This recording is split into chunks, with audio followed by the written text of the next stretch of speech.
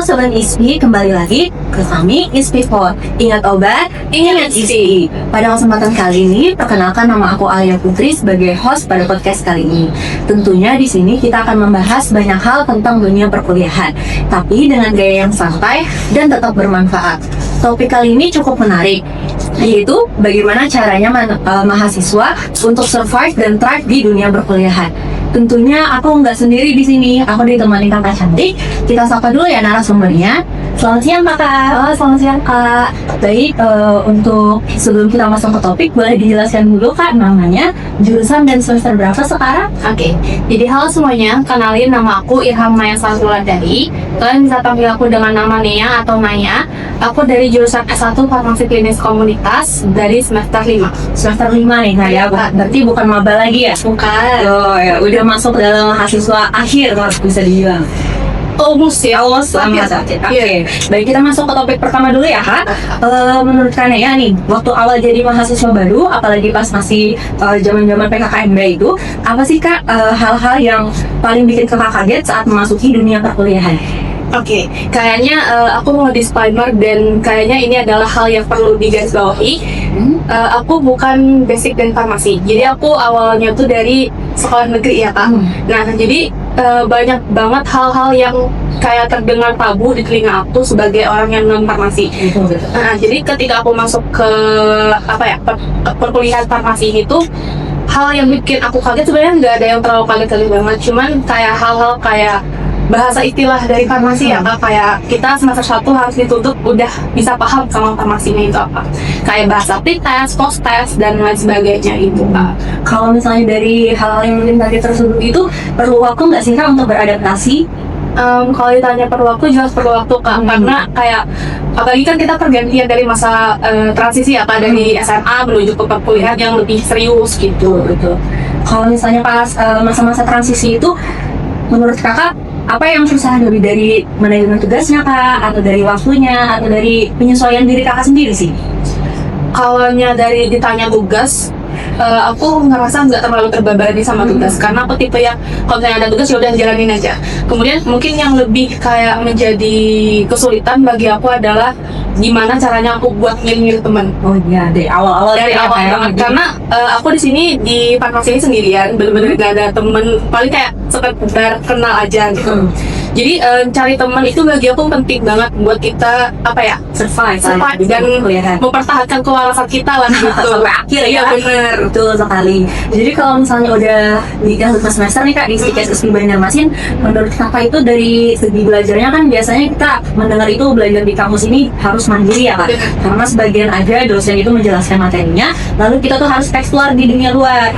Jadi pengetahuan kita itu lebih banyak lah kayak gitu. Nah, menurut kakak bagaimana sih cara belajar yang efektif supaya bisa bertahan di dunia perkuliahan ini, apalagi farmasi biasanya disebutnya kayak jurusan susah kayak gitu ya kak? Boleh dijelaskan?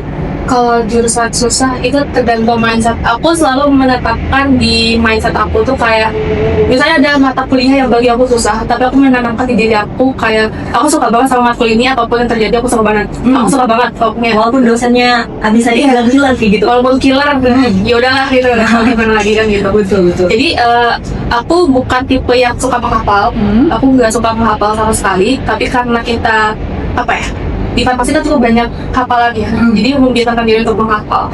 Tapi aku menemukan cara untuk menghafal itu, yaitu aku harus sambil nulis. Aku harus membaca tulisanku sendiri, baru aku bisa menghafal apa sih yang perlu untuk dihafal gitu. Kemudian yang menjadi hal lain kayaknya adalah di pertemanan juga. Balik lagi ke pertemanan, di mana perkuliahan ini kan kita belajarnya mandiri.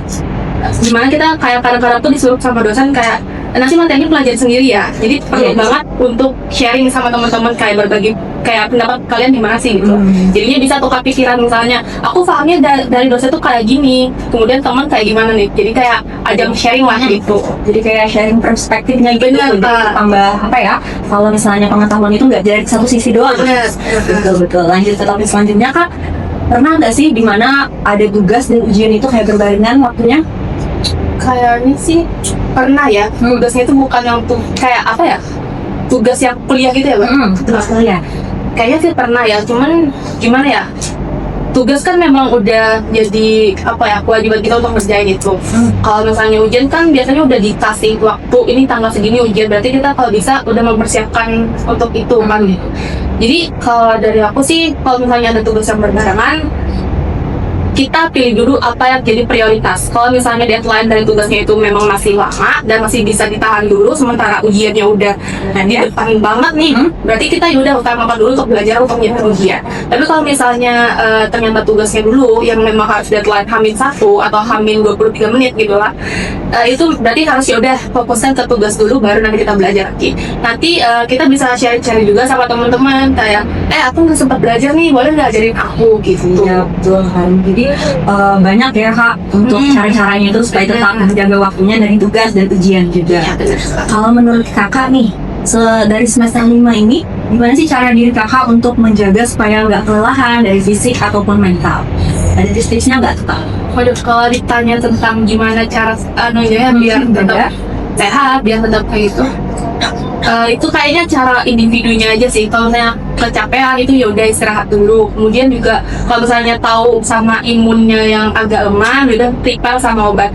Karena aku dulu termasuk orang yang kaget sama dunia perkuliahan dan imun aku juga nggak terlalu kuat, sehingga waktu itu juga sempat kolaps lah ibaratnya. Jadinya ya udah, hal yang perlu banget ternyata untuk dipertimbangkan sini adalah obat, apalagi kalau misalnya imunnya rendah. Kemudian kalau misalnya kelelahan, aku tipe orang yang kalau misalnya capek, aku akan memilih buat tidur seharian. Oh iya, jadi kayak healingnya itu tidur ya? Kayak gitu. Dan aku menghindari handphone juga sih Kak. Kayak misalnya kadang-kadang itu kan ada notif kayak WhatsApp segala macam, kayak main tugas ini itu.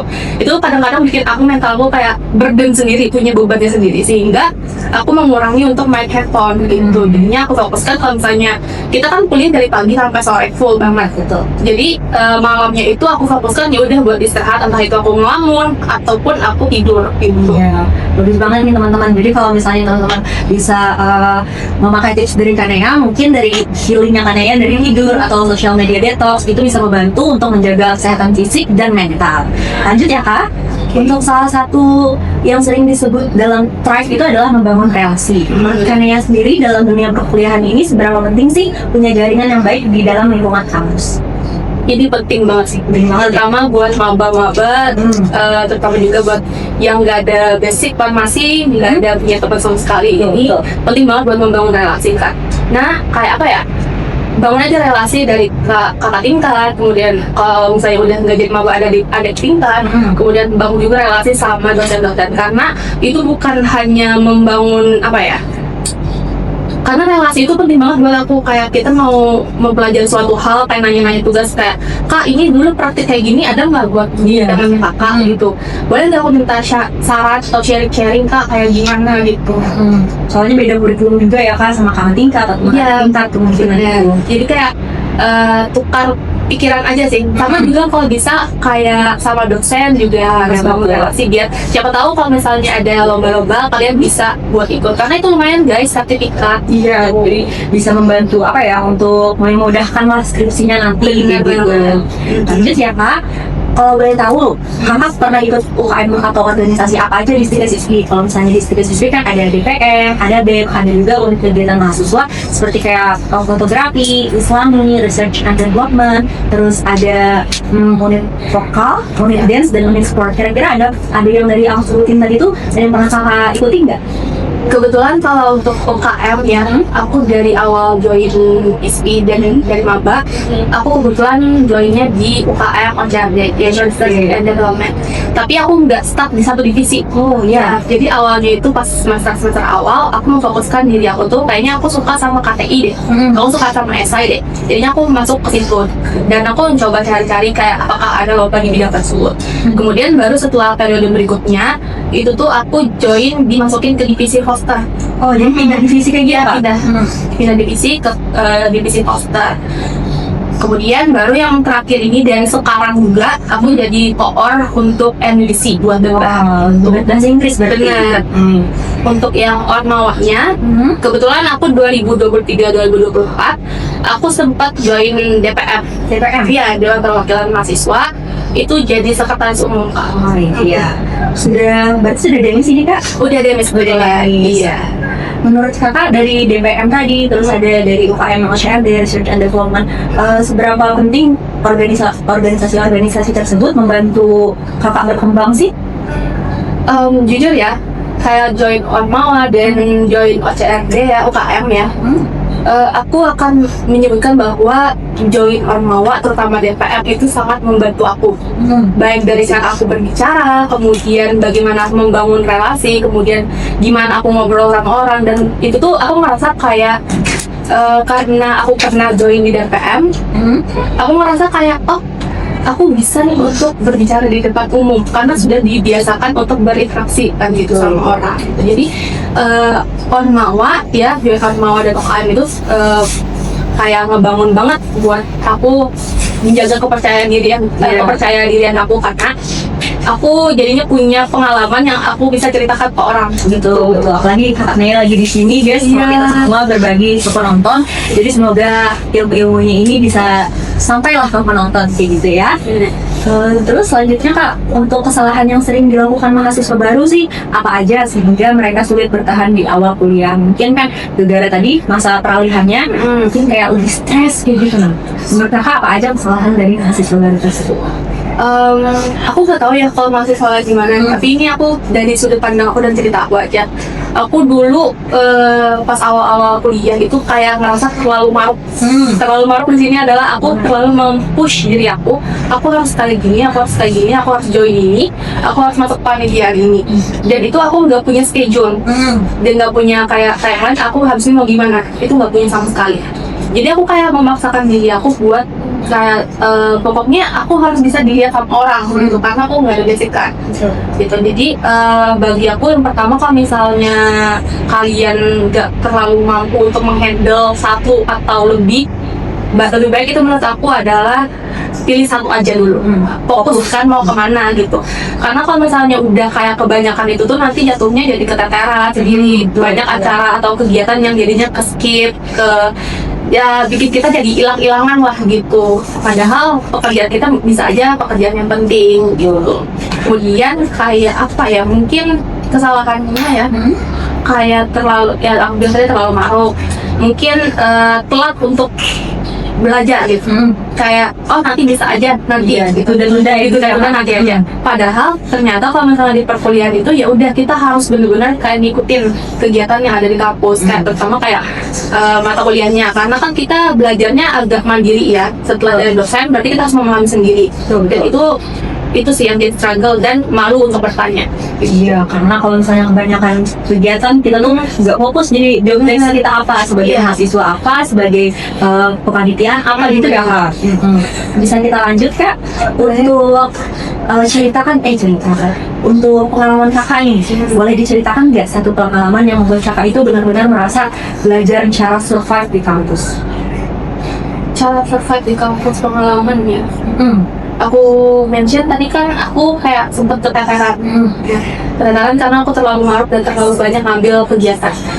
Aku setelah kejadian itu aku kayak bikin apa ya, mawas diri, kayak bikin pertanyaan ke diri sendiri kan. Sebenarnya aku ngejar apa di kampus ini, aku maunya apa sih, kok semuanya diambil gitu. Jadinya aku kayak memfokuskan diri, makanya sejak semester 3 atau 4 itu udah mulai kayak nyusun ini. Setelah ini kan aku udah selesai masuk ke organisasi. Abis organisasi kira-kira aku mau ngapainnya, apa udah saatnya aku fokus buat ngerjain tugas-tugas, atau kita ngejarnya ke bagian akademis aja gitu, perbanyak lomba atau kayak gimana sih. Itu sih Kak. Iya, terima kasih ya Kak. Berarti fokus untuk semester sekarang selain akademis bisa juga tadi dalam NUDC ya sekarang? Iya, jadi kayak apa ya, aku juga membantu lah ibaratnya gitu untuk NUDC-nya gitu. Kalau dari NUDC, apakah sekarang dekat-dekat ini ada perlombaan Kak yang mau diikuti? Kebetulan ya tadi dari tanggal 27, pokoknya dari Rabu kemarin sampai hari ini terakhir itu kami lagi ada lomba. Lagi ada lomba. Berarti Iya, sekarang masih juga? sekarang masih benar. Jadi lombanya dari Pertamina. Wow. Itu tuh langsung kakak yang mau atau ada pilihan rekomendasi dari dosen Kak? Sebenarnya kan karena aku sebelumnya udah pernah ikut NDC juga, jadi 50-50 lah gitu, kayak kemauan aku sendiri, karena aku memang cukup yakin gitu sama aku, sama diriku sendiri, sama juga dosen juga yang Dosen juga. iya. Kenapa nih Kak, kalau boleh tahu Kakak milih NUDC sebagai akademi bisa dibilang itu bahasa Inggris kan? Iya. Kenapa nggak pilih bahasa Indonesia? Kalau ditanya kayak gitu ya, sebenarnya aku mau improve diri sih. Oh iya. Iya, karena bagi aku bahasa Inggris kan bahasa yang universal lah ya. Semua orang kayaknya kan belajar bahasa Inggris pada masanya. Dan aku ngerasa kalau bahasa Inggris ini cukup penting. Dan aku kan nggak terlalu fluent sebenarnya, nggak terlalu fasih lah ibaratnya. Cuman aku mau mengukur diriku sendiri nih kayak gimana sih aku kalau ngomong dalam bahasa Inggris, apa aku jagonya dalam bahasa Indonesia aja gitu. Jadi aku pengen belajar bahasa baru dan pengen ngerasain yang kayak adrenalin yang lain gitu. Explore Explore, bener. Ya, jadi nggak terpatok dalam bahasa Indonesia aja, bahasa asing pun bisa kita jadikan untuk pembelajaran. Bener. Kita masuk ke topik terakhir nih. Menurut Kakak, apa pesan atau saran yang ingin Kakak sampaikan untuk penonton-penonton atau mahasiswa lain agar tidak hanya bertahan tapi juga bisa menikmati proses perkuliahan? Bagi aku ya, saran aku pertahankan aja itu yang namanya kewarasan kalian. Kewarasan kalian. Mentality itu penting banget guys. Kayak kalau misalnya kita stres itu tuh bawaannya yaudah pengen kayak ngurung diri lah, kayak kita malah kena orang lain yang Iya, nyalahin gitu. Jadi yang paling penting adalah menjaga supaya diri kalian tuh gak stres di lingkungan kuliah. Makanya aku sangat-sangat menyarankan ya guys buat cari temen yang bener gitu. Biar bisa kayak misalnya kita oleng dikit lah ibaratnya, terus temen kayak kamu jangan kayak gitu. Ada yang ngingetin. Ada yang ngingetin. Jadinya gak yang oleng-oleng banget gitu. Itu sih yang jadi poin aku gitu buat bertahan. Oke, kita udah masuk ke penutup nih teman-teman. Terima kasih banyak Kanea udah berbagi pengalamannya untuk teman-teman semua. Jadi teman-teman, survive itu berarti kita bisa menghadapi tantangan perkuliahan. Sedangkan thrive itu adalah memaksimalkan peluang yang ada. Semoga obrolan kali ini bermanfaat. Kita ketemu lagi di next podcast selanjutnya. Dadah!